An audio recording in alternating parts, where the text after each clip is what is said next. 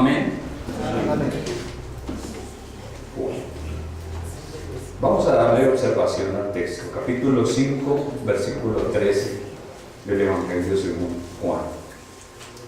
Y el que había sido sanado no sabía quién fuese, porque Jesús se había apartado de la gente que estaba en aquel lugar.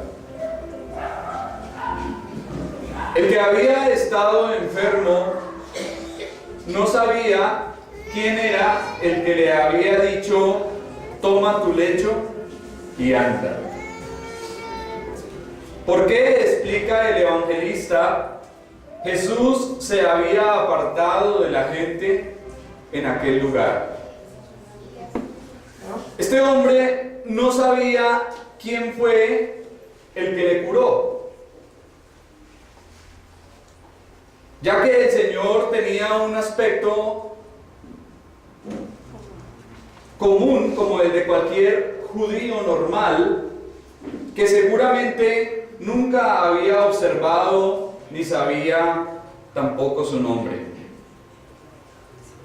Solo sabía que se trataba de alguien bondadoso, quien repentinamente le preguntó: ¿quieres ser sano? Y que después de curarle, desapareció entre la multitud. Callado, simplemente Jesucristo se perdió entre la gente, se deslizó en la multitud. Apartándose discretamente, el Señor se marchó sin ser observado o detenido. Y podemos ver aquí una gran diferencia entre lo que hace el Señor Jesucristo y la forma como Él actúa, y lo que hacen hoy en día aquellas personas milagreros. Porque la palabra nos dice que el Señor se fue, se deslizó entre la gente. No hizo como muchos hacen en la actualidad: ¡milagro! Y en medio del show hacen que la gente les admire, les observe, procuran llamar la atención de las personas. El Señor hizo lo contrario. Él se fue, se marchó entre la multitud.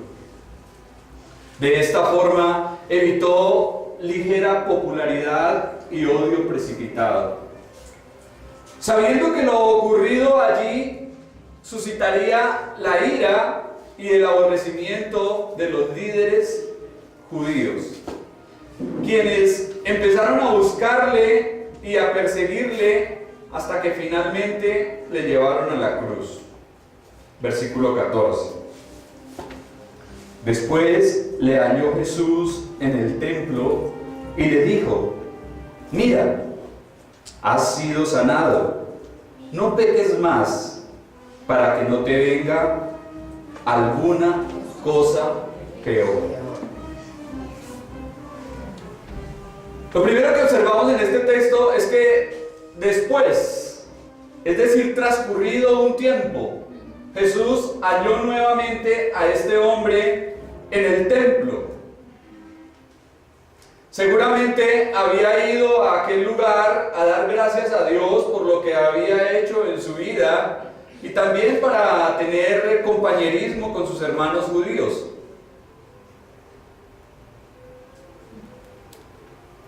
Estaba en el lugar apropiado y allí tiene un segundo encuentro con el Señor Jesucristo. Y bien podemos asegurar que este encuentro no ocurre por casualidad.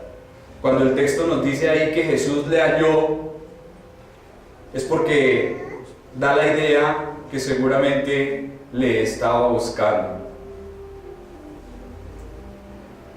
Y dice el pasaje que Jesús le dijo: mira, has sido sanado. Siendo alguien tan favorecido, tenía que aceptar la obligación que ahora tenía. Debía considerar seriamente por cuánto tiempo estuvo enfermo. ¿Recuerdan cuántos años dijimos que había estado enfermo, paralítico? 38 años. Cuánto dolor, cuánta humillación, cuánto sufrimiento, cuánta frustración. Pensar en que había estado lisiado por tantos años y que nadie hacía nada por él sería una severa advertencia para prestar atención a las palabras de Cristo. Y vemos que el Señor le dice: mira, has sido sanado, no peques más. Parece evidente que la enfermedad a este hombre le sobrevino como resultado de algún pecado en su vida. Si bien es cierto que no todas las enfermedades se asocian directamente con el pecado, como ya observaremos más adelante, en donde un hombre está enfermo y los discípulos le preguntan al Señor: ¿quién pecó? ¿Este o sus padres? Y Jesús responde: no pecó este ni sus padres, sino para que las obras de Dios se manifiesten en él. Es decir, que hay enfermedades que no están asociadas directamente con el pecado, pero otras sí. También vemos que en muchas oportunidades el Señor Jesucristo le dijo a las personas: tus pecados te son perdonados, e inmediatamente las personas quedaron curadas. Entonces, hay enfermedades que están asociadas directamente con el pecado. Hay otras que no. Debemos entenderlo de esa forma. Hay algunas partes en donde ven a alguien enfermo y dicen: arrepiéntase porque está en pecado. Y de pronto resulta que no necesita arrepentimiento, lo que necesita es un médico. ¿Sí? Entonces debemos de ser cuidadosos en eso. No todas las enfermedades están asociadas directamente con el pecado, algunas sí. Pero sí, toda enfermedad y dolor son lecciones que nos enseñan. Y somos afortunados si aprendemos a ver la mano de Dios en lo que nos sucede. Tanto la enfermedad como la recuperación deberían traernos un rechazo más profundo hacia el pecado y una vigilancia más escrupulosa de nuestra conducta y forma de vivir. No peques más son palabras que deben retumbar constantemente en nuestra mente. Como hijos de Dios debemos repudiar toda clase de pecado, desobediencia y transgresión que lleva en sí castigo. El pecado enferma, el pecado arruina, el pecado mata. Tiene consecuencias no solamente en esta vida, sino trasciende hasta la eternidad. Las consecuencias del pecado van hasta la eternidad, porque sabemos que aquellas personas que mueren en su pecado serán condenados. Es verdad que no somos inmaculados, no somos perfectos, pero sí estamos llamados a vivir la santidad práctica. Esto es cuando la palabra nos dice: como hijos obedientes, no os conforméis con los deseos que antes teníais, estando en vuestra ignorancia, sino como aquel que os llamó es santo, sed también vosotros santos en toda vuestra manera de vivir. Eso es santidad práctica. Nosotros no debemos vivir desordenadamente satisfaciendo los deseos de la carne como lo hacen aquellas personas que deliberada y voluntariamente no temen a Dios. El pecado es un asunto muy grave y no podemos descuidarlo porque trae juicio, condenación, castigo eterno. Juan escuchó al Señor Jesucristo decirle a muchos: no peques más. Y por eso más adelante en sus cartas, en sus epístolas, será un tema predominante en su teología. Recuerdan que cuando hacíamos el estudio de las epístolas del apóstol Juan, observábamos que una cosa es pecar y otra cosa muy distinta es practicar el pecado. Y decíamos que pecamos, porque si no, entonces la palabra no diría: hijitos, estas cosas os escribo para que no pequéis.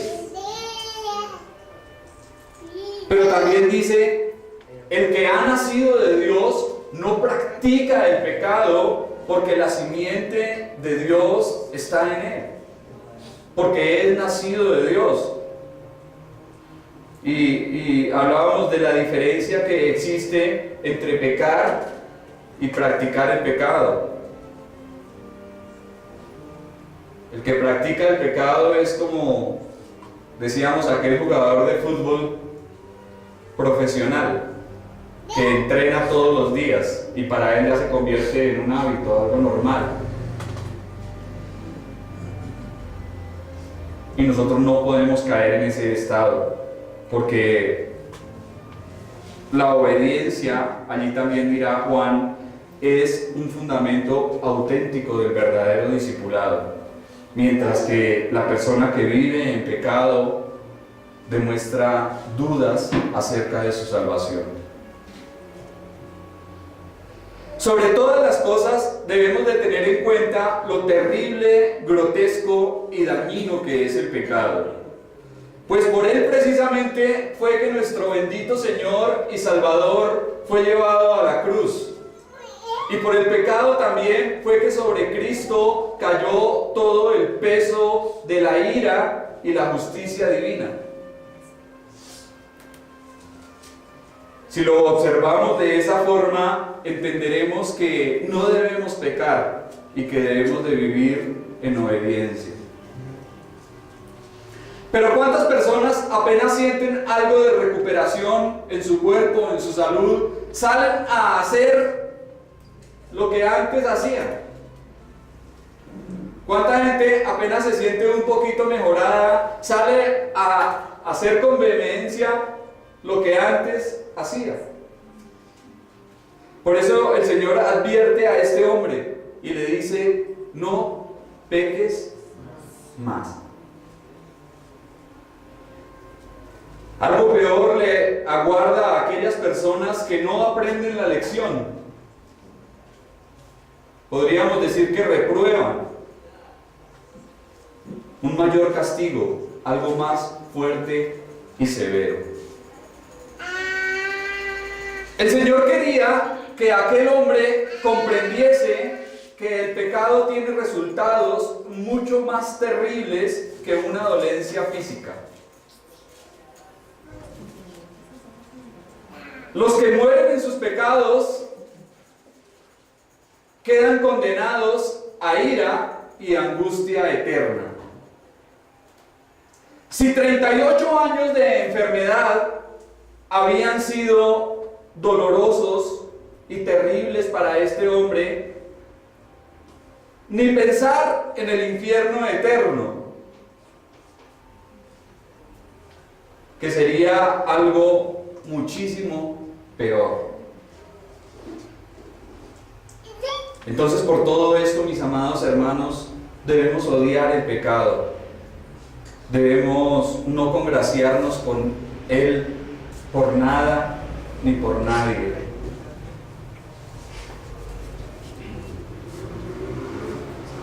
De poco sirve estar sanos físicamente cuando el alma se encuentra enferma. ¿Para qué salud cuando nuestra alma está debilitada y enferma? Agobiada por el pecado. y frente al inminente peligro de perderse por la eternidad. Siempre han habido personas que, abusando de la gracia de Dios y de su amor, han hallado excusa para pecar. Dios es bueno, Dios me perdona. Una vez hablaba con alguien y me decía, yo peco porque es que al que más se le perdona, más ama. Qué interpretación más torcida y diabólica. Porque la palabra del Señor dice, ¿perseveraremos en el pecado para que la gracia abunde?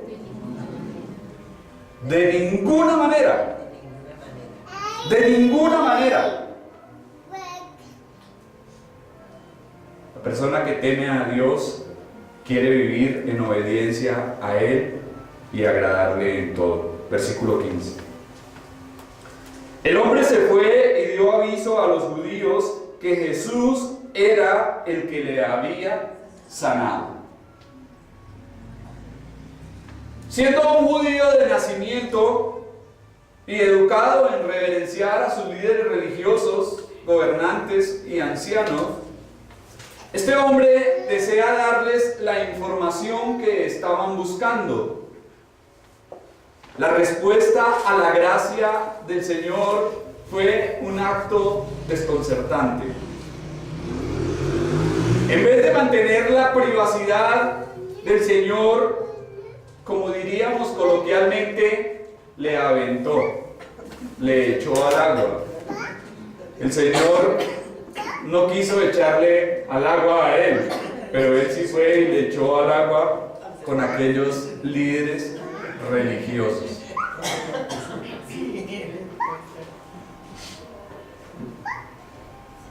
Recordemos que ellos le habían preguntado, ¿quién te dijo que tomaras tu lecho y lo llevaras en el día de reposo?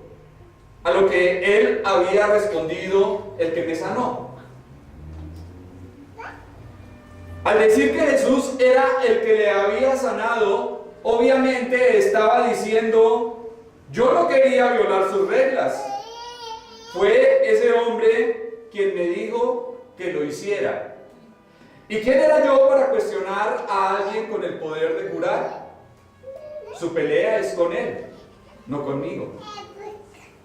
¿Qué acto más irreflexivo y mezquino?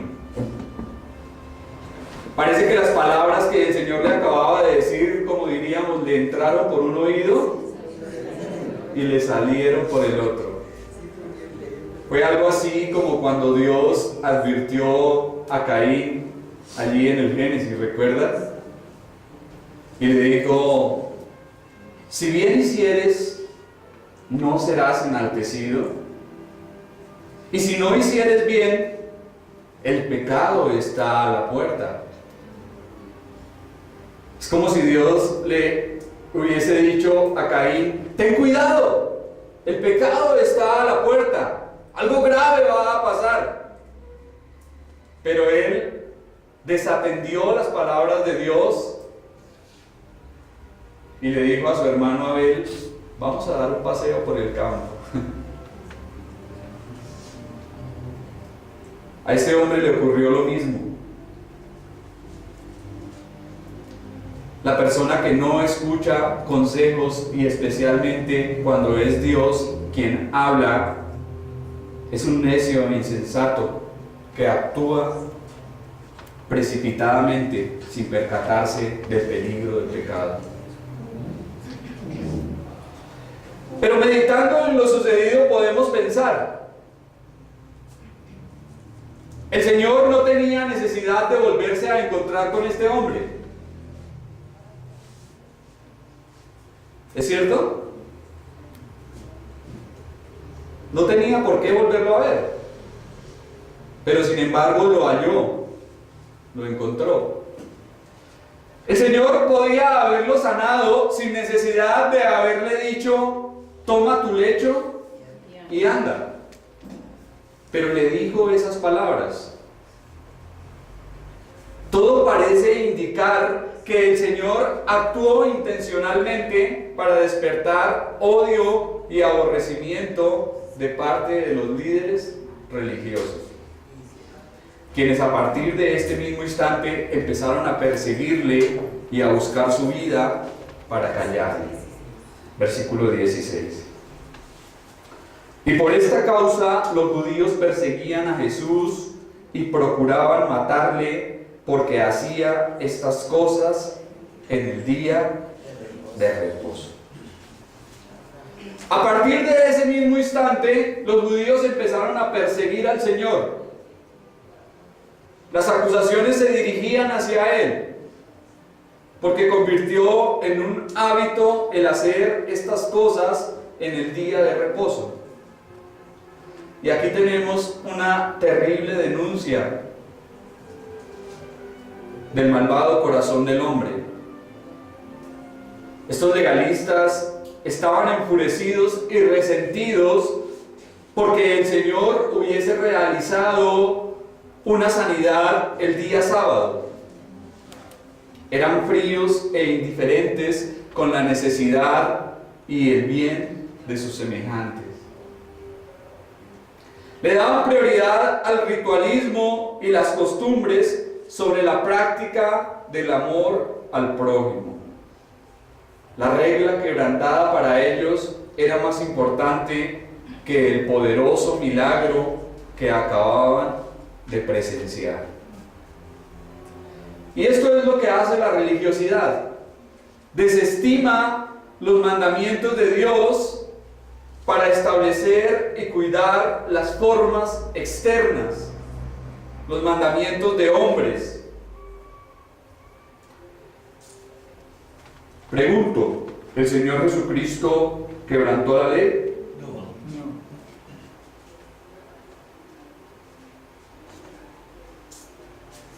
La ley no prohibía hacer actos de misericordia el día de reposo. Pero el meollo del asunto de este problema que estamos viendo aquí no era tanto acerca del sábado, sino de la autoridad. Recuerda que cuando estos líderes judíos fueron a Juan, le preguntaron: dinos, ¿con qué autoridad haces estas cosas? Y siempre ellos estaban preocupados en la autoridad. Para ellos era muy importante la autoridad, de modo que ellos se consideraban los dueños del día sábado. Ellos eran los que podían decidir qué se hacía y qué no en ese día. Pero lejos estaban de entender que se encontraban con el Señor del día de reposo. Y el Señor le levantará una declaración grandiosa y gloriosa, en donde afirmará su propia naturaleza divina, su unidad con Dios Padre y la elevada dignidad de su oficio. En ningún otro lugar veremos una afirmación semejante de labios del Señor dirigida directamente a sus enemigos como aquí. Versículo 17. Y Jesús les respondió: mi Padre hasta ahora trabaja y yo trabajo. La respuesta del Señor en defensa fue alucinante y extraordinaria. Mi Padre, dice, hasta ahora trabaja y yo trabajo. Aunque Dios descansó en el séptimo día de la obra creadora, nunca ha dejado de hacer el bien. Jamás ha dejado de obrar, y menos porque sea sábado. Su trabajo de amor, misericordia, compasión y juicio nunca ha cesado. Tampoco se ha detenido ni un solo instante su gobierno providencial, ni su misericordia de obrar, proveer y sustentar las necesidades diarias de todas sus criaturas. Es verdad que el Señor reservó el séptimo día como tiempo de descanso y disfrute familiar. ¿Qué pasaría si Dios dejara de cuidar su creación los días sábados? ¿Qué ocurriría en el mundo? Sería un caos, el pecado reinaría, todo perecería en un instante. Si Dios cesara su obra sustentadora con el universo, sencillamente dejaría de existir. Entonces, por esta causa Jesús dice: mi Padre trabaja desde el principio y yo trabajo.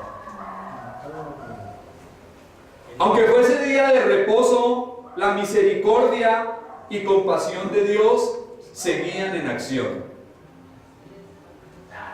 Dios nunca ha cesado de obrar misericordiosamente, conservando y sustentando la vida.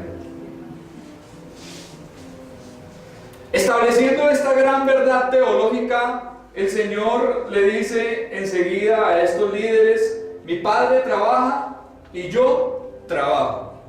Ahora, vemos que ese yo es enfático. ¿De qué nos habla el yo? Cuando Jesús dice yo, ¿qué está diciendo? Yo soy. Yo soy. Yo. Yo, que soy su amado Hijo, también tengo derecho de hacer sus obras de misericordia el día sábado.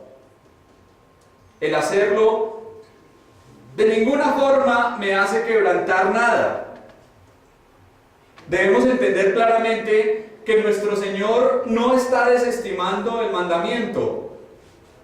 Simplemente está diciendo: yo, que afirmo ser uno con el Padre, honro el día de reposo, pero me abstengo de hacer obras de misericordia.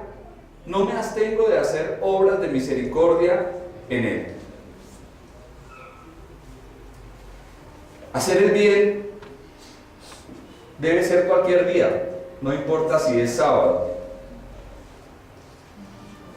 Pero estos fanáticos y extremistas lo habían convertido en una pesada carga difícil de soportar. Algo que no podemos pasar por alto es la aseveración que el Señor hace aquí. Al decir: mi Padre trabaja y yo trabajo, obviamente deseaba mucho más que hacer referencia a seguir el ejemplo del Padre. Lo que verdaderamente estaba diciendo el Señor: soy el Hijo de Dios, somos uno en esencia y dignidad, en autoridad. Yo soy el Señor del día de reposo.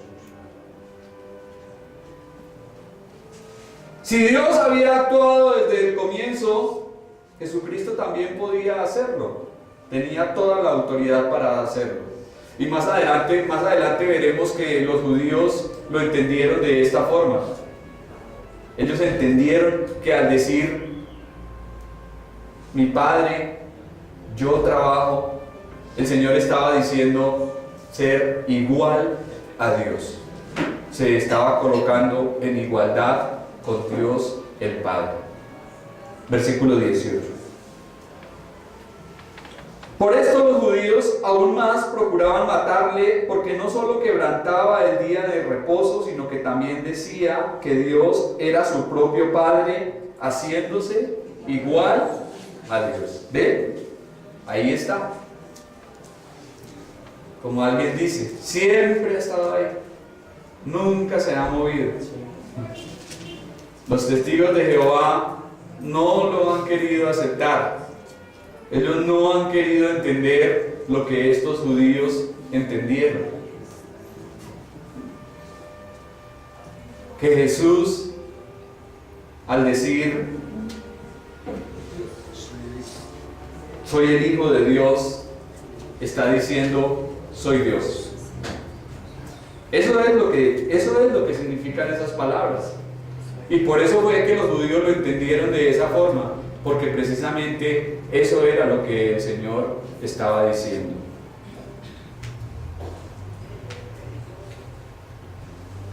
Pero ¿qué dice el texto al comienzo, el versículo 18? Ya antes habíamos observado en el versículo 16 que la palabra nos dice que procuraban matarle, pero ahora procuraban matarle ¿qué?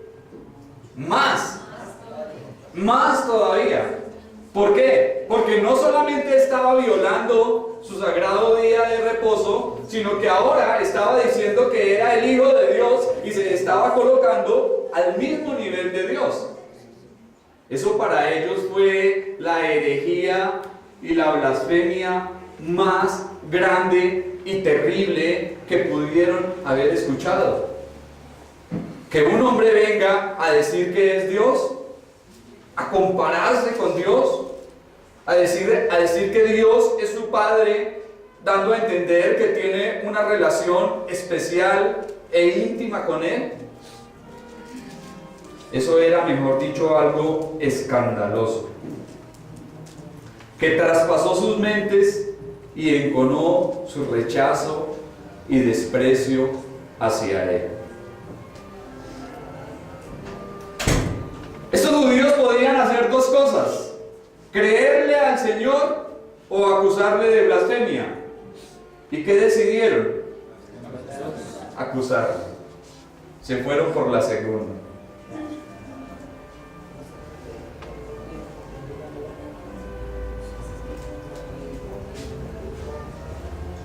Es verdad que todos los creyentes somos hijos de Dios, porque la palabra de Dios nos dice, ¿recuerdan Juan capítulo 1, versículo 12? ¿Qué dice? Mas a todos los que le recibieron, los que creen en su nombre, les dio potestad de ser hechos hijos de Dios. ¿Será que el Señor se estaba refiriendo a ser hijo de Dios en la misma medida en que nosotros somos también declarados hijos de Dios?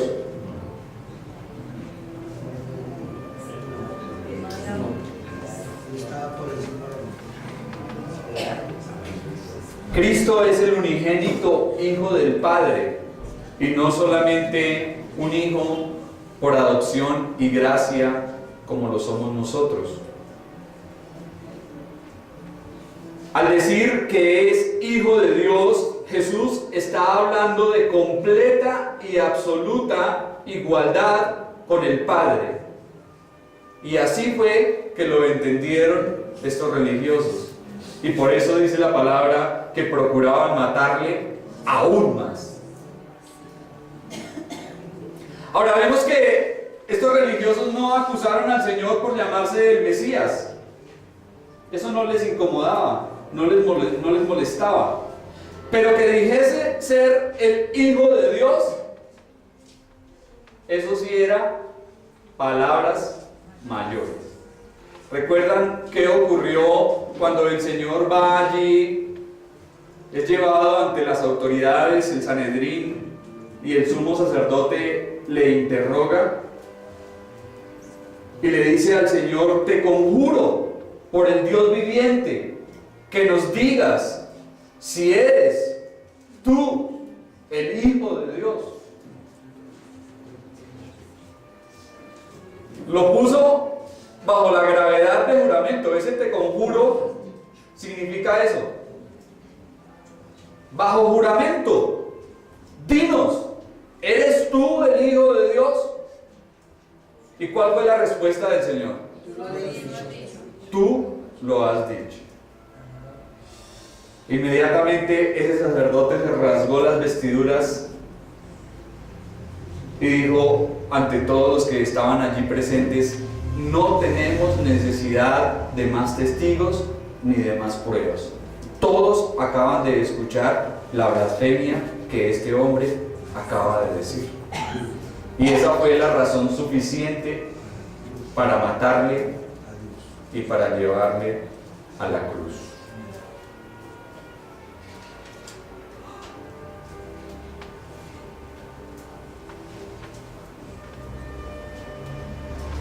Desde aquí ya el odio y el rechazo, el fastidio, iba creciendo, iba creciendo.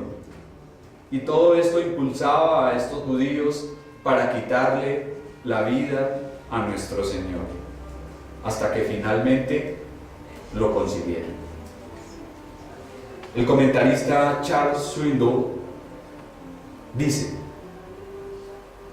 el legalismo es un asesino silencioso, como el monóxido de carbón. Es inodoro, incoloro y sin sabor. Y tiene el poder de arrullar la mente hasta un sueño profundo del cual nunca se escapará.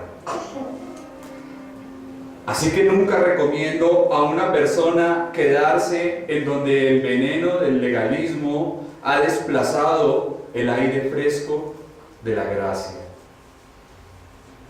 Hasta aquí lo que dice este comentarista.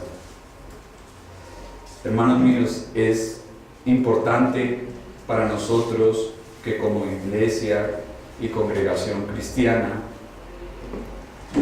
supliquemos constantemente a Dios para que no permita que nunca vayamos a caer en el legalismo extremo, en ninguna clase de legalismo, porque el legalismo mata también. Que Dios nos guarde y nos aparte de todo esto. En esta semana veíamos una enseñanza interesante que nos daban allí en la finca, donde se hablaba de la función y las formas. Y brevemente nos explicaban: la función es lo que tiene el sustento bíblico, lo que está respaldado en la palabra de Dios. Las formas es lo que se hace, digamos, el culto, las formas, cómo debe hacerse, las horas, todo esto.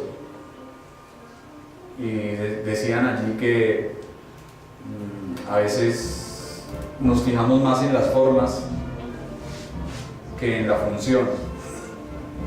A veces nos preocupamos más por las cosas que se hacen sin entender el porqué, y debemos de tener cuidado, porque podemos caer en legalismo, como le pasó a los judíos.